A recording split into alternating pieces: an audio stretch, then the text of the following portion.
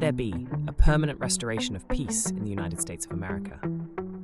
Look around. What are we seeing? Things are not what they seem in the US and elsewhere. As of June 2025, specifically, what comes to mind is such an important message of concern. That in times of chaos, focusing on and not losing hope, restoration of strength, and heightening our natural and spiritual discernment as a required life strategy. Division must not win, at all, if we never live up to the word united, should that title even remain.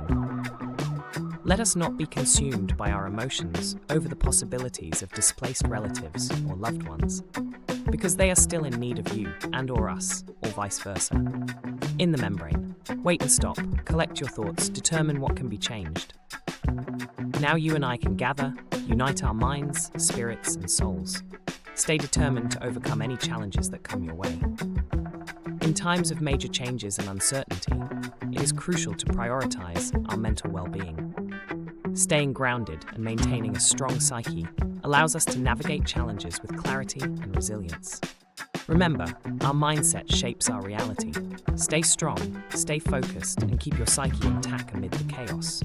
Mental health, resilience, stay strong, stay focused, stay strong, unity.